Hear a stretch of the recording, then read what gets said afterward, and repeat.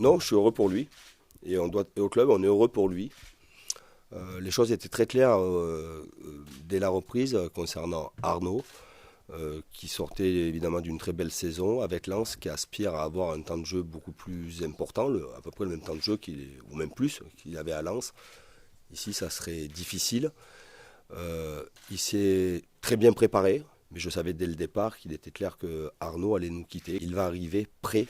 Il s'est bien préparé comme un grand professionnel et évidemment qu'on lui souhaite bonne chance et qu'on aura un regard très attentif sur ses performances. Son absence le week-end dernier était liée à un choix et non pas à un choix sportif, purement sportif.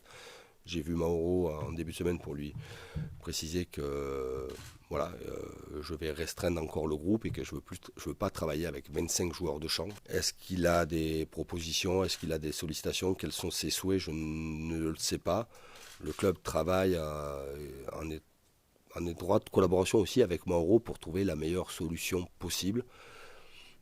Mauro a eu très peu de temps de jeu ces dernières saisons. Je pense qu'il est important pour lui qu'il se relance. À la fois dans l'intérêt de Mauro, mais aussi dans l'intérêt du club, c'est qu'on trouve le meilleur compromis possible, c'est-à-dire un club où il puisse exprimer ces qualités-là. Il n'a pas tout perdu comme ça, mais c'est vrai que ça fait 2 ans que c'est difficile.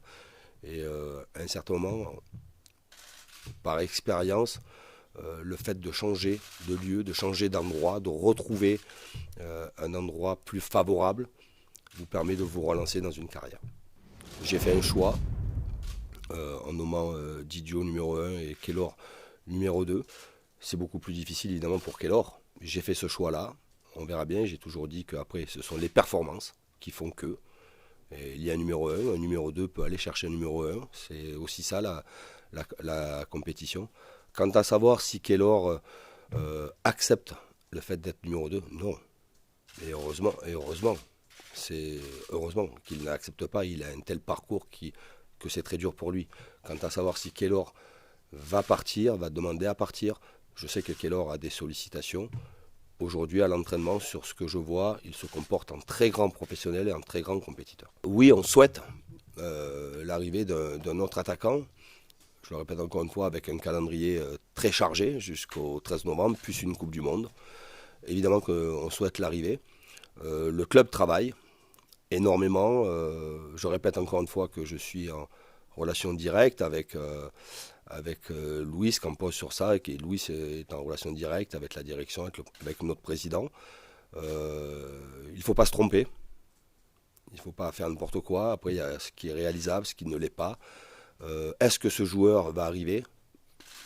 Mais personne, on n'a aucune garantie sur cela. Il faudra pas. Je sais que le club ne prendra pas pour prendre et empiler un joueur.